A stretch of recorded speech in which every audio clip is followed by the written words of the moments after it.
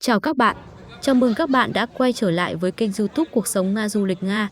Các bạn thân mến, để giải đáp những thắc mắc cũng như đưa ra một bức tranh chân thực về cuộc sống của người Nga nói chung, cũng như cuộc sống của người Việt tại Nga nói riêng, giữa lúc chiến sự giữa Nga và Ukraine đã diễn ra được gần 7 tháng như thế nào.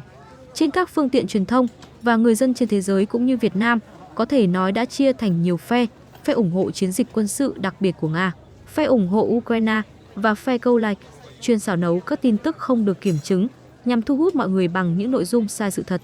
Trước hết, chúng ta điểm qua cuộc sống của người dân Nga và tình hình nước Nga trước. Đã gần 7 tháng kể từ khi Nga tiến hành chiến dịch đặc biệt tại Ukraine. Cộng đồng quốc tế lúc đầu đa số lên án hành động của Nga, còn Mỹ và phương Tây thì áp đặt các biện pháp trừng phạt khốc liệt nhất lên mọi lĩnh vực từ đời sống kinh tế đến văn hóa và thể thao của Nga. Trong vài tuần đầu tiên của cuộc chiến đã có những sự hỗn loạn nhất định. Xuất hiện hàng dài người chờ trước các ngân hàng khi đồng rúp giảm xuống chỉ còn 150 rúp ăn $1 vào đầu tháng 3, nghĩa là mất gần một nửa giá trị. Sau khi phương Tây loại Nga khỏi hệ thống thanh toán toàn cầu SWIFT, đồng thời đóng băng dự trữ ngoại hối của quốc gia này. Theo ước tính, gần 4 triệu người Nga đã rời khỏi đất nước trong những tháng đầu, nhưng cho đến nay, hầu hết đã quay trở về, trong đó điển hình có nữ ca sĩ nổi tiếng của Liên bang Nga, đó là nữ ca sĩ Anna Pugacheva. Nhưng nhờ các biện pháp kiểm soát vốn của Điện Kremlin, cùng với việc Nga tiếp tục xuất khẩu dầu và khí đốt sang các quốc gia không bị trừng phạt, như Trung Quốc và Ấn Độ, đồng rúp bật tăng trở lại, với mức cao nhất là 52,3 rúp ăn $1, từng là đỉnh vào mùa hè năm 2015. Hiện nay đang duy trì ở mức khoảng 60 rúp ăn $1, tức là còn cao hơn so với thời điểm tổ chức Thế vận hội quốc tế 2018. Sự thiếu hụt hàng hóa cũng là một thách thức lớn trong những ngày đầu của cuộc chiến.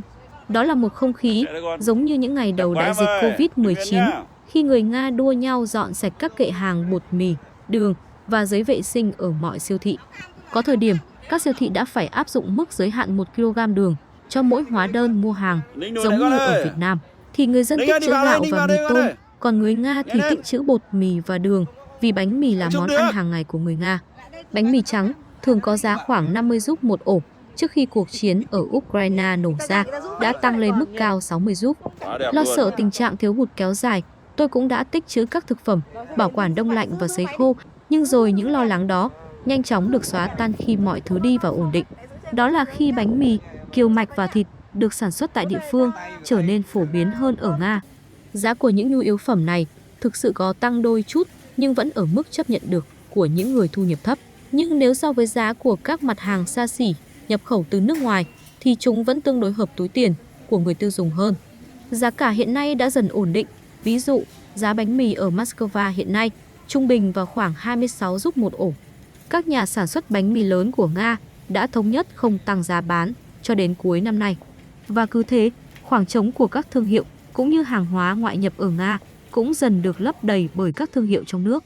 Đi qua một siêu thị của Nga lúc này, bạn sẽ thấy rằng nơi những chai Coca-Cola, Fanta và Sprite từng được bày bán, giờ đây đã là các kệ trưng bày các sản phẩm mới của chính Nga sản xuất. Hồi tháng 5 năm nay, nhà sản xuất đồ uống địa phương Ochakov đã cho ra mắt 3 sản phẩm mới là Cool Cola, Fancy và Street. Người dùng địa phương nhận xét với tôi rằng chúng không ngọt lắm và vị cũng chưa chuẩn lắm, nhưng rẻ hơn nhiều và hàng thì đầy ắp. McDonald's sau khi tạm ngừng hoạt động ở Nga đã bán các cửa hàng của mình cho bên được cấp phép là Vkutno i Totka, nghĩa là ngon và thế là được. Theo trải nghiệm của tôi, khi dùng bữa tại chuỗi cửa hàng thức ăn nhanh này là mọi thứ thực tế đều giống như cũ. Nhưng có lẽ sự vội vã đóng cửa của McDonald's đã đánh vào lòng tự ái của người dân Nga, nên mặc dù chất lượng và hương vị món ăn vẫn vậy, vẫn do đội ngũ nhân viên cũ của McDonald's làm việc, nhưng người dân Nga đã không còn mặn mà đối với thương hiệu này nữa. Mặc dù thời gian đầu khi có mặt tại Nga, người dân đã phải kiên nhẫn xếp hàng cả buổi mới mua nổi đồ ăn của McDonald's. Bên cạnh các doanh nghiệp cây nhà lá vườn thay thế các nhượng quyền thương mại nước ngoài, ngành nông nghiệp của Nga đã chứng minh họ hoàn toàn có thể giữ cho người dân đủ ăn. Theo Tổ chức Nông lương Liên Hợp Quốc, xét tổng sản lượng toàn cầu, Nga hiện đứng đầu về lúa mạch và kiều mạch, đứng thứ 3 về lúa mì và thứ 5 thế giới về thịt gà. Nhìn lại, người Nga vốn đã thích nghi với những tình huống kiểu ngõ cụt như thế. Trong thời kỳ Xô Viết, người dân đã chủ động trồng các loại cây như dưa chuột và bắp cải tại nhà để phòng bị trước tình trạng thiếu lương thực phát sinh từ nền kinh tế kế hoạch. Theo số liệu nghiên cứu độc lập những mảnh đất tư này chỉ chiếm 4% diện tích đất nông nghiệp của nước Nga vào những năm 1970, nhưng mang lại 40% sản lượng thịt lợn và gia cầm, 42% sản lượng trái cây và hơn một nửa lượng khoai tây của cả quốc gia lúc bấy giờ.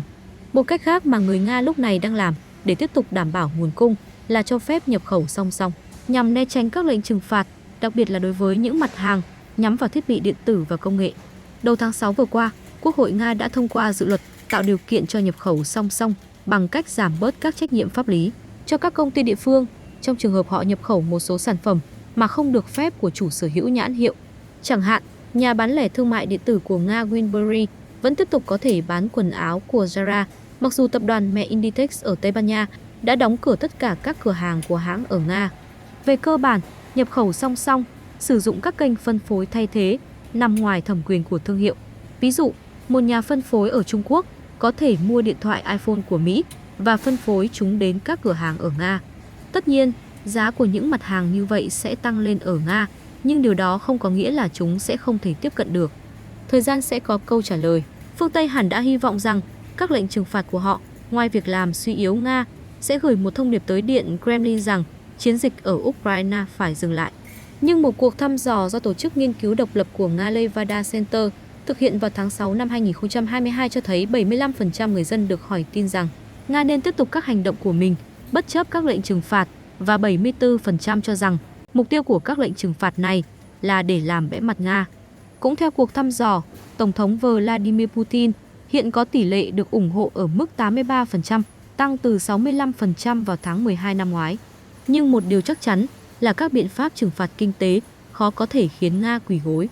Đất nước và người dân nơi đây đã vượt qua những cơn bão còn khốc liệt hơn lúc này rất nhiều. Từ các cuộc xâm lược của Mông Cổ đến phát xít Đức, từ cuộc cách mạng tháng 10 đến những năm 90 rối ren, vô pháp. Các nhà hoạch định chính sách tìm cách đối phó với Nga cần hiểu rằng mục tiêu của chính quyền Putin không phải chỉ dừng lại ở việc đạt được giúp Kim giờ tạm dịch là thế giới Nga.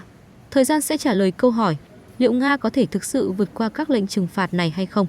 Một cuộc xung đột kéo dài cuối cùng sẽ khiến mọi hệ thống và con người phải kiệt sức, giống như những gì đã xảy ra với Liên Xô vào năm 1991. Lạm phát tại Nga dự kiến sẽ tăng 14,5%, với GDP dự kiến sẽ giảm 8 đến 10%. Nhưng ở đây, ngay tại thủ đô Moscow, cuộc sống vẫn đang tiếp diễn. Đối diện với nơi từng là cửa hàng H&M, một khu thời trang mới đã được thành lập bởi trung tâm mua sắm. Những người mua vẫn vui vẻ ngắm nghía và sống mà không cần nghĩ đến chiến tranh vào lúc này. Người dân Nga ngày ngày vẫn đi làm, trẻ em và sinh viên vẫn tới trường. Các nhà máy, xí nghiệp sản xuất cũng như cơ quan hành chính không gián đoạn hoạt động. Cuộc sống và cơ hội của người Việt tại Nga lúc này cũng giống như người Nga, cuộc sống của người Việt tại Nga vẫn diễn ra bình thường, do có phần bình lặng hơn trước đôi chút. Hầu hết người Việt khi được hỏi đều cho biết cộng đồng người Việt và nhiều người Nga không quá bận tâm tới căng thẳng hiện tại giữa Nga và Ukraine. Lý giải nguyên nhân, nhiều người sống tại Nga cho rằng khả năng xảy ra chiến tranh thực sự trên đất Nga quá xa vời và không bao giờ thành hiện thực, bởi khi đó cả thế giới sẽ nguy hiểm, chứ không riêng gì Nga. Ngoài ra, câu chuyện thời sự chính trị không phải là vấn đề người Việt quan tâm, bởi hiện họ chỉ mong mỏi làm sao buôn bán thật tốt và phát triển kinh tế hậu dịch Covid. Hơn nữa, khủng hoảng trong quan hệ giữa Nga-Ukraine chỉ là nối tiếp quá trình trừng phạt của Mỹ và EU với Nga, nên người dân gần như đã quen với điều này. Giá cả các mặt hàng tăng lên đôi chút, nhưng mọi người vẫn làm ăn không có gì thay đổi. Tại khu vực chợ buôn bán hàng vải của người Việt Nam, tại thủ đô Moscow, thời gian đầu khung cảnh có phần ảm đạm đôi chút do đồng đô la mất giá. Nhưng đến thời điểm hiện tại đã nhộn nhịp hơn trước, một phần do đồng rúp đã đứng vững, phần do hàng hóa từ Trung Quốc, từ thổ sang tràn ngập, phần do hệ thống các xưởng may của người Việt tại Moscow đủ khả năng đáp ứng tại chỗ mọi nhu cầu của thị trường. Tại các quán ăn của người Việt, phần do một số thương hiệu của nước ngoài ngừng hoạt động như McDonald's.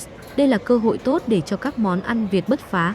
Khi McDonald's rời đi, những tín đồ của thương hiệu này phải đi tìm những món ăn khác để thay thế, thì đây, món ăn Việt là lựa chọn của rất đông người Nga. Nhưng nói gì thì nói, món ăn Việt luôn có sức hút kỳ lạ, ngay cả người Trung Quốc ở Moscow cũng tìm đến món ăn Việt.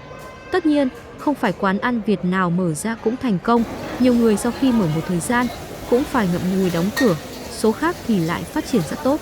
Để giành được chỗ đứng trên thị trường ẩm thực thì duy trì chất lượng món ăn và tính toán định lượng để có lãi là vấn đề quan trọng nhất. Tại các xưởng may của người Việt thì sao? Hiện nay, các xưởng may của người Việt Nếu có đủ nguồn nhân lực thì đều phát triển rất tốt. Các xưởng đã chú ý đầu tư về nhà xưởng và con người để nâng cao chất lượng sản phẩm. Sau khi một số thương hiệu lớn rời khỏi Nga như Zara, H&M, thì đây cũng là cơ hội cho các xưởng may người Việt nếu được đầu tư bài bản và duy trì chất lượng sản phẩm. Khó khăn lớn nhất của người Việt tại Nga hiện nay là không có đường bay thẳng về Việt Nam. Do vậy, dân bay chuyến ít hoạt động, đồng nghĩa với những sản phẩm đặc biệt của người Việt cũng bị hạn chế. Do phải bay vòng qua Dubai nên giá vé cao hơn và thời gian bay cũng dài hơn.